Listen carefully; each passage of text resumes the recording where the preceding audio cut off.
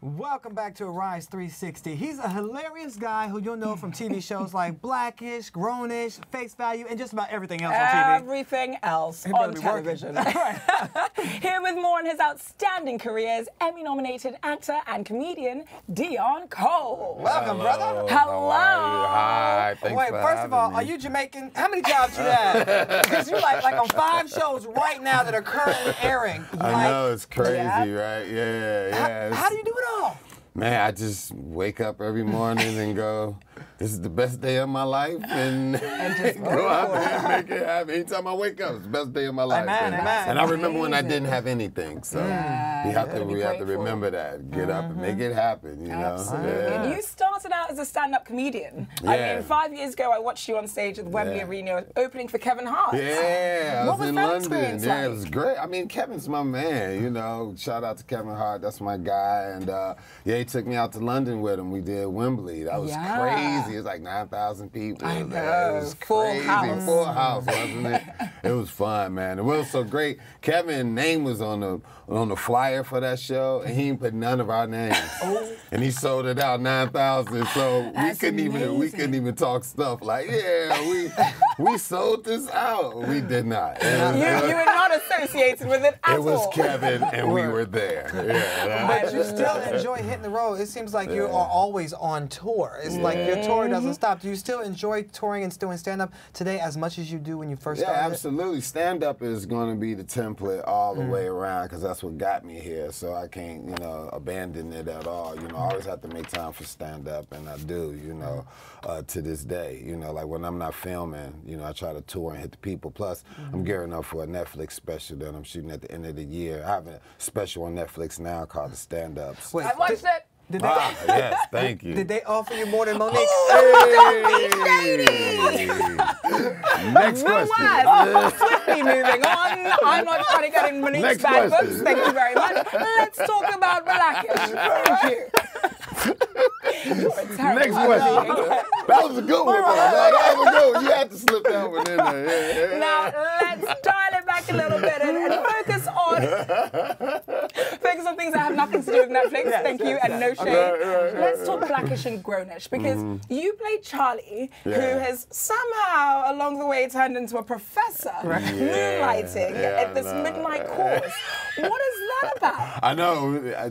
Charlie is a midnight professor, adjunct professor in marketing. I mean, it works for the show, and it's crazy, and people love it, man, and we're excited to be doing what we're doing. But yeah, Charlie's a nutty character. He's hilarious. I mean, what are some of the similarities or differences from you, Deon Cole, to Crazy Charlie? I don't think nothing like he does at all. Like, I would hope not. he's a mysterious man. You're gonna always learn something about this guy every episode. Like he's a crazy dude, absolutely. Yeah, I think nothing like him at all. People think I do too. They always walk up to me and be like, "Uh-oh, what's he gonna do?" And I'll be like, "I just want to sandwich." It's because you play him so naturally. It seems like it comes a little bit too easy. Now that's hard work. That's years of training as an actor. I'm just acting. That's Right, it. right. I was in the airport one day. They're like, "Oh, what's he got to do?" I was like, "I just want to buy a sandwich." Right, that's it. Yeah. Well, it seems like the set is crazy. I mean, you're surrounded by greats, Anthony Anderson, Lawrence Fishburne, Kenya Barris. Yeah. What is it like on set? What is the energy like? I mean, it's great. I mean, a lot of people, they come on our set and they see that, it's a lot of black stars and,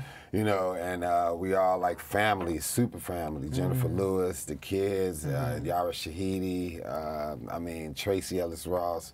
I mean, it goes on and on. But yeah, we're family first more than anything, and and you can see how we gel on screen. That's no mistake. And Kenya's a visionary to put that kind of cast and family together. So Absolutely. Yeah, I was going to ask. It's almost like a brotherhood with the guys there, and then the family, and then you got your sisters and everything. Shout out to Peter and Jeff, the other guy, the white guys on the show. Who cares about them? No, I'm joking. That was my buddy. That Shout was out my little Peter bit of and Jeff. shade. Yeah. Chocolate white chocolates. Right there. Now, speaking of the brothers that you mentioned and the brotherhood, so to speak, you're currently on tour with another brother, Martin Lawrence. Martin Lawrence. yes. We coming here to New York at the end of April, and you know, Martin is Martin, man. It's legendary right there. So to rock out with Martin is, you know, it's a dream for everybody, especially comedians. So for him to, you know, reach out and be like, yo, come and be a part, it was no brainer. So yeah, I'm coming.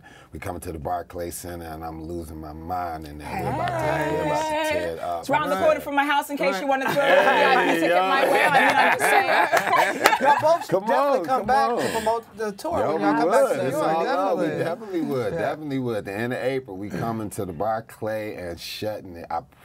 I promise you, we're about to shut it down. No doubt about that.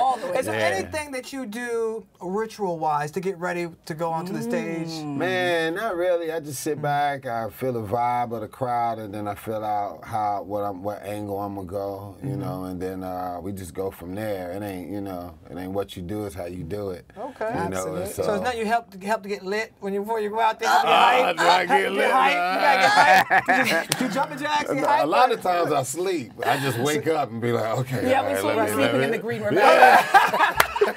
I know Kevin Hart, he has his That's the only red time I cup get to sleep. I work a lot, Well, man. that's true. So how do you actually even strike that happy balance? Because you work in 5 different shows on TV. Yeah. You're on the road. Yeah. How do you find the balance? I sleep when I can. If we went to commercial right now, I'll get a little nap in Don't and come tip it, right we back. might. Come right back, like, it's those moments that mean a lot. little moments. Those, the cab ride here, like those little moments, that's when I get my sleep. Well, since you have toured and performed with so many other comedians, is there still that one comedian you hope to work with?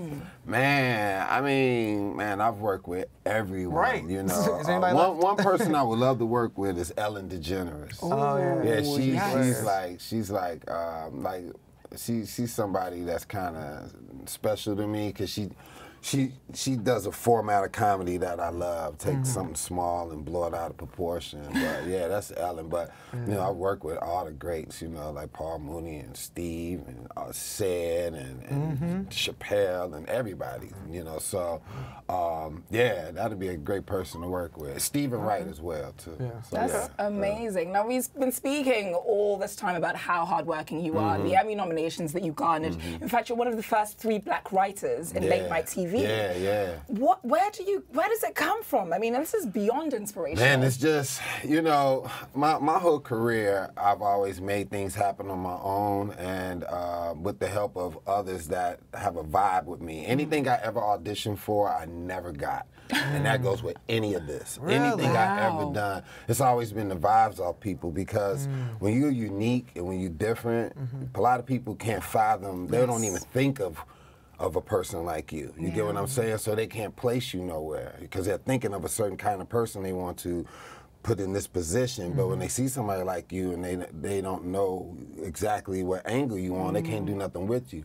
The people that I dealt with, from writing for Conan O'Brien and Steve Carell and Kenya Barris and Wanda Sykes and everybody, Ice Cube, is the fact that we had a vibe with each other and they went off that vibe and that feeling to go, you know what, yo, I want to rock with dude. He different, he unique, and that's how it always been. Like even on Angie Tribeca, like that role wasn't for me. Steve Carell wrote that for me, you know, and made it happen. Yeah, so it's just believing in yourself and just, you know, it's being unique and original, and it's gonna shine through. But that's a testament to your talent, though, the fact that these greats are writing parts for you. Yeah. I mean, but by you being you and being original, that it's gonna stand out. You must be you because everyone else is taken. Mark Twain. Everyone else is taken. Everyone else is taken. Be you. Where do you pull your comedy from? Is this your upbringing, your ass? What was your life like growing up besides being... I wasn't like no funny dude, or nothing like that at all. I was always a thinker because I was like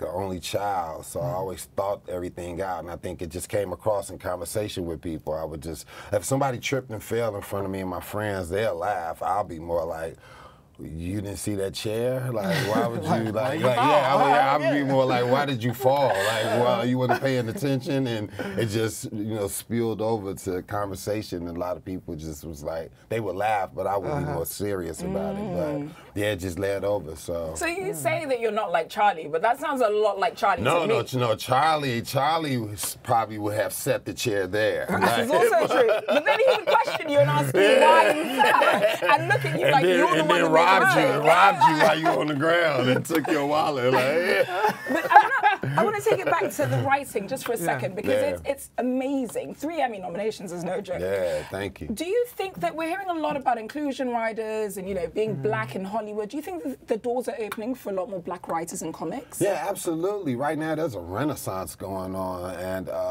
you know, I'm proud to say, and I will say that, you know, with the Cosby Show doing what it did, and then Blackish coming along, and just having these pivotal moments in TV for everyone to see that, yo, this can happen, and given opportunity. When Blackish hit, you know, it was a renaissance of shows that came out, and, you know, it's getting better and better. You know, it used to be that they'll put a black face on TV, but now we have black voices, and that's the difference. Yes. And that's what you see, and that's why you have shows like, you know, Insecure and Atlanta, and the shows going, and The Chi, and that's so authentic as well. They're authentic because it's voices now. It's not just black faces no more. And so as long as we keep tapping into the black voice, which is very important for all writers out there, tap into the black voice, then we're gonna keep this movement going. Well, you've already started tapping into the black voice with your writing and the different projects you're doing. Do you hope on creating some of your own shows as well? Yeah, absolutely. We're pitching right now. We got a lot of great projects that's going to be coming out, and you know, I can't wait for, you know, everyone to see what we got. You know, I had a show called Black Box that was on TV years ago, or whatever, and the network that was the people that ran the network at that time, they just didn't know what to do with me, basically. But I was doing crazy numbers with it, and people's a cult following with it. But the regime has changed at that network, and it's totally different. And a lot of people ask me about that show a lot, and I might be bringing it back. But on top of that, I got a lot of scripted and non-scripted stuff. Me and my man Tony Roberts might do something, a comedian, and yeah, we working right now, and can't wait for everybody to see it. And my man Cootie and Chike, we got this documentary called The First to Do It, about the Earl Lloyd story, first black basketball player to play in the NBA. Wow. So yeah, we got a lot of projects that's gonna be popping. So yeah, absolutely. You stay working. Yeah, you got to. You know what? Now I'm agreeing with you. You must be Jamaican. I mean, come on. You don't take a break? I don't, man. Wow. I can't do it, man. It's funny you work as hard as Tiffany Haddish was on Face Shout out Value to with Tiffany. you. Tiffany is taking the world by storm right now. You what know? does she like to work with? I know you guys go back and forth on the Your monitor. best friend. Why Yeah, not? I know. We do get to have Yeah, I don't work, but I just kick it with him, so, you know. But she like to work with Tiffany's her. a delight, man. Tiffany's a delight. That's what I mean by authentic. Just authentic, just pure. The more real it is, the less rehearsed it has to be. That's her. That's real. That's what's going on. That's unapologetically black. Hey, You know what I mean? hashtag. Yeah, And that's black what's up. excellence at the same Black time. excellence at the same time. That's Tiffany. She wore the same dress to 4 different events. He knows. Let's go. Why don't we He all actually do that? spoke to her about it. Yeah. I'm so proud of you. So What proud do we of you. know? Let's go. You know, like right now, we are unapologetically black. Let's do it. Everybody, go to the next level. Be as black as you can be right now. Just blackity, black. Everybody. All right, black attack. Okay now. So Dion, what is next? We know you have a few projects on the burner. Yeah. What exclusives can you Well, give us? like I said, I'm gearing up right now to shoot this Netflix special at the end of the year, and I got something with Kevin Hart that we working on too. That's gonna be amazing. Working on that, and then my shows, my pilots that I'm pitching right now, and yeah, just waiting on the word for season 2 of Face Value drops. See, that's what happens when you have too many projects. You forget the name of your I've showed up to the wrong set sometime with the wrong lines. He's like, is this a rise? I know. I'm at Angie Tribeca singing all this black stuff. They're like, hey. Wrong show. Wrong show. Rashida Jones like, hey, what you doing? Like, Well, we know Tracy Ellis Ross. No, I'm not Tracy Ellis Ross.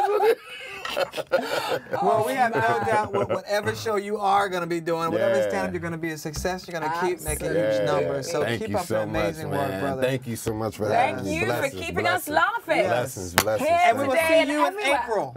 April you is and coming Martin down. come back. Yo, on the See you real, let's tomorrow. hook it up. Comedy performance. Hello. And we are going to take a break, and he's probably going to sleep. Yes, I But am. we have a lot more still to come on Arise Entertainment 360. Stick around.